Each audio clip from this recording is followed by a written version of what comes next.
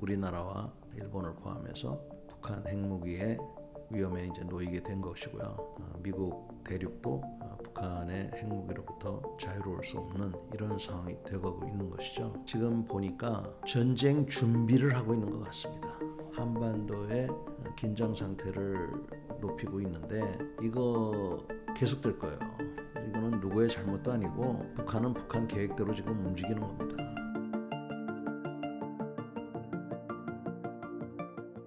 전인범 예비역 육군 중장입니다. 저는 38년 동안 군생활을 했고요. 전투부대 지휘관만 했습니다. 그리고 마지막 지휘관 생활은 특전사령관을 했습니다. 대한민국 장군 중에서 베트남전 이후에 가장 많이 총을 쏘고 가장 많이 수류탄을 던진 장군으로 알려져 있습니다. 우리가 이제 그 질문에 답하기 위해서는 세계 전체를 지금 봐야 됩니다. 15년 전부터 러시아하고 중국이 미국이 제1강국이 된 것에 대한 도전장을 내밀었어요. 러시아하고 중국이 이와 같은 도전장을 벌써 한 15년 전에 내밀었고 그 결과가 요즘 나타나고 있는 겁니다. 그래서 2년 전에 이제 러시아가 우크라이나를 침공을 했고 또 그 전에는 조지아, 크리미아 이런 데에서도 이제 그 러시아가 침공을 했고 또 중국이 시진핑이 이제 영구 지도자가 되는 그런 행태를 보이고 있고 그 중간에 이제 예상치 못했던 코로나가 발생을 했죠. 전체적으로 지금 지구 자체가 러시아하고 중국 대 미국의 구도로 돼서 지금 양극화가 심해지고 있는 그런 현상이 있는 속에서 지금 북한이 핵무기를 완성한 겁니다.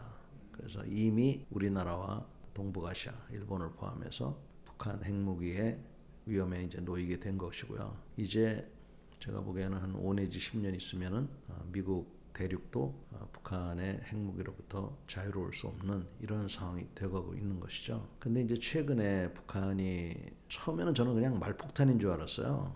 뭐 우리를 주적이라고 그러고 동족도 아니다. 유사시가 되면 점령을 해서 평정을 해야 될 대상이다. 그래서 뭐 북한은 워낙 그 말을 거칠게 하니까 그런가 보다 했는데 이제 보니까 그게 아니라 행동으로 옮기고 있잖아요. 대남 교류를 하기 위해서 있었던 모든 기구를 없앤다든지 남북 교류 표식들 뭐 동상이나 이런 것도 다 폭발을 시켜버리고 처음에는 그러면 이제 더 이상 남한을 무시하고 공존하자는 뜻인가라고 헷갈렸어요. 근데 저만 헷갈린 게 아니라 보니까 여러 사람이 혼돈을 했던 것 같더라고요. 심지어는 그 북한의 온정, 그 북한 시각에서 보는 사람들마저도 그랬는데 지금 보니까 그건 아닌 것 같아요. 아무튼 전쟁 준비를 하고 있는 것 같습니다. 지금 당장은 우리가 북한이 전쟁을 일으키진 않을 것 같아요. 능력이 안 되니까. 그러나 저대로 나가면 북한에서 20승 10이라는 사업을 전개하고 있어요. 앞으로 10년 이내에 공장을 뭐 한 200개 짓겠다 뭐 이런 거예요. 근데 그 공장들이 무기 공장이 아니라 뭐 칫솔 만들고 비누 만들고 뭐 휴지 만드는 이런 그 생필품 공장들을 주로 만들겠다고 이제 얘기를 했는데 그만큼 김정은도 자기네 인민들 생활을 좀 향상시키겠다 이렇게 얘기하는 건데 거기에 하나의 중점을 두지만 어찌됐건 그동안 북한 군대도 좀 많이 해이해졌거든요. 그거를 단돌이 하려고 저렇게 우리를 주적이라고 얘기하고 그 다음에 세게 나가는 것 같아요. 이게 결국은 전쟁 준비입니다. 두 번째는 지금 계속 미사일을 쏴야 되잖아요. 우리가 하도 많이 쏴야 되니까 북한이 이제 미사일 쏘면 또 쐈어 뭐 이러고 말지만 그러면서도 한편 걱정이 되지 않습니까? 그래서 저 사람들이 이제 계속 저렇게 그 무기를 개발하고 있단 말입니다. 한반도의 긴장 상태를 높이고 있는데 이거 계속될 거예요. 이거는 누구의 잘못도 아니고 북한은 북한 계획대로 지금 움직이는 겁니다. 생각해 보십시오. 우리가 뭐 쌀 갖다 줬다 하더라도 받지도 않지만 설사 받았다 하더라도 미사일 개발 중지했겠어요? 저는 아닌 것 같아요. 더군다나 요새 새로운 러시아하고 관계 때문에 중국도 그만큼 레버리지를 놓쳤고 그러니까 북한이 지금은 하여튼 좀 괜찮은 상황이 된 것 같습니다. 그 다음에 지금 김정은 위원장 따님께서 다니시잖아요. 네. 따님 이름이 뭐 정확하지 않은데 하여튼 김주혜라고 하는데 왜 저렇게 데리고 다닐까? 저 조그만 아가씨가 키가 많이 컸습니다만 하여튼 차기 후계자인가 그럴 리 없다. 뭐 북한은 여자를 그렇게 존중하지 않는다. 뭐 여러 얘기가 있는데 분명한 건 한 가지 있는 것 같습니다. 김주애가 지도자, 후계자의 대우를 받고 있는 건 확실해요. 그래서 본인이 뭐 후계자인지 뭔지는 모르지만 하여간 후계자 대우를 받는 건 확실하다. 그 다음에 여기서 우리가 인정할 수밖에 없는 것은 김가가 3대 세습으로 끝나지 않아. 김정은이 죽어도 다시 김씨. 현재는 김주애인데 김주애가 오빠가 있다는 설도 있고 뭐 여러 가지 설이 있거든요. 누가 됐든 간에 3대 세습이 아니라 4대 세습으로 간다. 5대 세습으로 간다. 하는 것을 상징적으로 보여주고 있는 것 같아요. 이런 상황들이 전개되고 있기 때문에 우리가 정신을 바싹 차려야 됩니다. 이제 더 이상 안보를 알아서 하려니 이렇게 하면 안 되고 이제는 안보가 우리의 최고의 관심이 돼야 돼요. 안보가 없으면 경제 있어도 소용없습니다. 돈이 있어도 소용없어요. 돈 갖고 여러분이 외국에 나갔다 한들 지금처럼 그런 삶을 살 수가 있을 것 같습니까? 천만의 말씀. 그래서 이제는 안보에 대한 관심을 많이 가져야 되고 화두가 돼야 된다고 저는 생각을 합니다. 제가 알고 있는 것을 50%도 말씀드릴 수 없어요. 그거는 좀 양해를 좀 해주시고 그래서 제가 자꾸 6.25를 상상해 보시라 이런 얘기를 합니다. 그래서 6.25를 상상해 보시면 북한이 기습 공격을 했지 않습니까? 그러니까 북한하고 우리하고의 차이점 중에 하나가 북한은 때와 장소 그리고 방법을 갖고 있어요. 이게 무슨 말이냐면 우리가 먼저 북한을 공격하는 것은 굉장히 어려운 얘기입니다. 비현실적이에요. 우리나라가 전 세계에 수출을 하고 전 세계하고 그 관계를 맺어야 되는 입장에서는 선제 공격하기가 쉽지가 않아요. 1973년도에도 이스라엘이 주변국이 공격해 온다는 걸 알고 있었어요.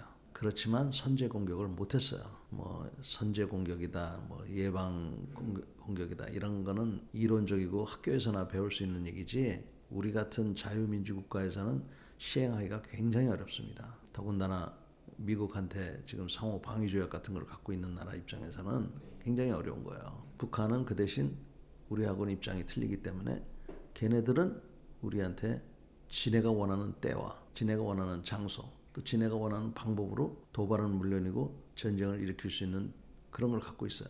그거를 하나 우리가 이제 꼭 유념을 해야 되고 그래서 우리가 하여튼 경각심을 늦추면 안 되는 겁니다. 6.25와 같은 전면전이 일어나기에는 저는 굉장히 어렵다고 봐요. 당분간은. 그러나 그 중간에 북한이 도발하는 경우는 제가 보기엔 세 가지 경우가 있어요. 첫째는 복수입니다. 그래서 천안함 같은 게 폭침이 이제 좋은 예인데 하여간 복수를 하기 위해서 이제 그런 도발을 하고 두 번째는 우리 내부의 갈등을 유발하기 위해서 그래서 연평도 포격 같은 게 이제 그런 거죠. 연평도 포격을 해가지고 우리 남한 내에 남남 갈등이 생길 줄 알았는데 오히려 단결을 했잖아요. 남남 갈등을 유발할 수 있다고 그런 엉뚱한 생각을 하는 겁니다. 그래서 우리가 예를 들어서 갑론을박하고 막 하잖아요, 우리가. 근데 우리는 그거를 통해서 어떤 어찌됐건 합의점을 찾아가는 과정인데 북한은 그런 걸 이해를 못하는 것 같아요. 그러니까 우리가 이렇게 하면은 저쪽에서 남남 갈등이 일어나고 또 미국하고 또 무슨 뭐 문제가 생기고 해서 잘하면 되겠다 뭐 이런 엉뚱한 생각을 하는 것 같습니다. 그래서 남남 갈등을 위해서 세 번째는 대화를 하고 싶을 때도 그렇게 해요. 옛날에 우리 보면은 왜 초등학교 다닐 때 자기가 사귀고 싶은 여학생 가가지고 괜히 그러지 않습니까? 뭐 그런 거는 아니지만 하여튼 이 북한은 우리하고 어떤 대화를 시도할 때도 그런 엉뚱한 일들을 저지르고 있어서 그런 목적으로 이제 도발을 한다면 단순히 무슨 뭐 미사일 시험하고 포 좀 쏘는 게 아니라 그런 직접적인 도발을 한다 그러면 이것이 북한도 예상하지 못한 또 우리가 원하지 않는 어떤 전면전과 유사한 그런 상황으로 이어질 수가 있어서 그런 것들은 우리가 유념을 해야 되고 만약에 그렇게 된다 그러면 1차적인 북한의 어떤 그런 도발이나 공격은 우리가 흡수를 해야 됩니다. 그래서 한 방 맞아줘야 되고 그 이후에는 이제 6.25가 아직 끝나질 않았기 때문에 유엔 참전국들이 떠날 때 다음에 또 있으면 다시 오겠다고 얘기를 했어요. 그래서 유엔군 사령부가 아직도 있는 겁니다. 그래서 그 유엔국들이라든지 이런 국가들이 별도의 유엔 결의안이 없어도 다시 우리나라에 도우러 올 수 있는 그런 여지도 있고, 일본에 있는 그 기지들이 있습니다. 일본에 있는 기지지만 한반도 방어를 위해서 쓸 수 있는 기지들이 있어요. 그래서 그런 기지들, 일본은 어떻게 보면 큰 우리한테는 군수 공장이나 마찬가지예요. 그러니까 어떤 사람들은 한국에서 전쟁이 나서 일본이 돈 벌었다고 그러는데, 뭐 그거는 뭐 그거라 치더라도 뭐 일본에서 만약에 탄약을 많이 만들어 가지고 우리한테 줬다, 그러면 뭐 좋은 거죠. 뭐 그러한 걸로 해서 북한이 한반도 전체를 장악하는 것은 6.25 때처럼 쉽지 않을 것이다라고 저는 봅니다. 우리 대한민국이 그런 위치에, 지금 현재 우리가 살고 있는 위치가 아시아 대륙과 태평양이 이어지는 그러한 위치에 있고, 냉전 시대의 산물로 한국이 이제 둘로 갈라졌잖아요. 우리가 그때 조금만 더 단결하고 조금만 더 앞을 내다보는 그런 해안이 있었으면 좋을 뻔했는데, 힘이 없는 나라다 보니까 그 당시에 남북이 이제 이렇게 갈리게 되고, 그러다 보니까 지금 말씀하신 대로 미국 입장, 일본 입장, 러시아, 그 다음에 중국, 이게 다 맞물려 있는 상황이 된 겁니다. 우리가 남북 통일이 되기 위해서는 남북한의 문제도 있지만 주변국들의 이해관계도 영향을 안 받을 수가 없는데, 제가 보니까 결국은 이 주변국들은 뭘 원하냐면 현상 유지를 원하는 것 같아요. 뭐 굳이 남북이 통일되는 거를 자기네들이 뭐 확실한 승산이 있다고 하면 모를까, 그걸 원하겠습니까? 현상 유지를 원하는 것 같고, 중국 같은 경우는 자유민주주의 국가가 자기네 그 동북 쪽에 있는 것보다는 차라리 북한 같은 나라가 핵무장을 했더라도 있는 게 낫다라고 생각을 하는 것 같아요. 그다음에 얼마 전까지만 해도 러시아는 그래도 자체적인 문제로 바빴는데, 지금 이제 러시아의 푸틴 대통령이 갖고 있는 목표, 그것하고 김정은의 어떤 목표, 이 두 이해관계가 어떻게 하다 보니까 맞아 들어간 것 같습니다. 그래서 러시아가 새로운 어떤 관계 정립을 하고 있고 협조를 하고 있고, 사실은 우리 입장에서는 적절히 잘 지내는 게 좋은데 상황이 그렇게 안 되는 것 같아요. 그래서 우리도 선택할 수밖에 없는. 제가 어릴 때 부모님이 이혼하셨는데 7살 때 선택권이 없잖아요. 우리나라가 그런 참 숙명을 갖고 있어서 지혜롭게 잘 해야 되고, 그러나 선택을 할 때는 이건 뭐 단순히 부모의 이혼이 문제가 아니니까 미래 세대를 위해서 분명한 선택을 해야 되는데, 여기서 제가 한 가지 말씀드리고 싶은 거는 평화가 하여튼 중요합니다. 어떠한 일이 있어도 전쟁을 해서는 안 되는데, 비겁한 평화는 있으나마나한 평화예요. 한국에서는 요새 그런 일이 없지만 골목길, 어두운 골목길 가다가 깡패를 만나면 어떻게 해야 됩니까? 시계 달라고 그러면 시계 주고, 그죠? 지갑 달라면 지갑 주는 거예요. 만약에 내 여자친구를 끌고 가려고 그런다, 그때는 자기가 총 맞더라도 여자친구를 지켜야죠. 또 거꾸로 남자친구를 끌고 가면 여자친구가 총 맞더라도 남자친구 지켜야죠. 그죠? 넘지 말아야 될 선이 있어요. 북한은 우리하고 공존하자고 그러지만 결국에는 그들이 우리를 지배하는 게 목적이기 때문에, 자유 없이 살고 싶으세요? 대한민국에도 천국이 많습니다. 하루 세 끼 주고, 집도 주고, 그 다음에 월급도 주고, 할 일도 주는 곳. 군대잖아요. 근데 군대 지금 가기 싫고 하루라도 더 할까봐 전전긍긍하고, 그 다음에 다시 돌아갈까봐 악몽을 꾸는 그 군대 다녀오신 분들인데 왜 그렇습니까? 그 천국인데 자유가 없기 때문에 그런 거예요. 그래서 우리가 이 자유를 위해서 우리 선조들은 목숨을 걸고 싸웠듯이 지금 우리도 이런 자유를 위해서 살아야 되는데, 북한하고 평화를 지키겠다고 이 자유마저 내준다? 이거는 절대로 있을 수 없죠. 그래서 자유를 위해서 싸움도 불사하겠다는 마음을 가지되, 제일 중요한 건 싸우지 않는 것이니까. 그러면 싸우지 않으려면 어떻게 해야 되느냐? 그건 우리가 일상생활에서도 알 수 있어요. 불량배들은 있기 마련입니다. 불량배가 주로 어떤 사람들을 못 살게 굽니까? 만만한 사람만 하잖아요. 그러니까 평상시에 우리가 등도 꼿꼿하게 하고 그다음에 가끔 태권도도 배우고 자신 있게 행동하고 이렇게 하는 모습을 보여야 되는데 그동안 우리가 미국한테 너무 의존했던 거 또 어떻게 하다 그랬는지 안보의식이 굉장히 하여튼 약화됐어요. 이런 것들은 우리가 빨리 고쳐야 된다 하는 게 제 생각입니다. 트럼프 대통령이 우리한테 방위비 분담금을 5배를 달라고 그랬어요. 지금 한 1조 정도 우리가 부담하고 있는데 한 5조를 내놓으라고 그런 겁니다. 그래서 이제 방위비 분담금을 더 부담해라 뭐 이런 얘기가 나올 수가 있고요. 두 번째는 우리 보고 우리 국방은 우리가 책임지라고 더 요구를 많이 할 것 같아요. 그거는 근데 어떻게 보면 당연한 건지도 모르죠, 그죠? 그리고 저는 나쁘게만은 생각하지 않는데 우리의 국방은 우리 보고 담당하라. 그 말 속에는 한반도도 물론이지만 예를 들면 대만 해협에 무슨 일이 일어나잖아요. 그러면 대만 해협에 우리나라 무역량의 30%인가가 뭐 지나간대요. 대만 해협에서 무슨 일이 일어나면 우리한테 영향이 있습니까, 없습니까?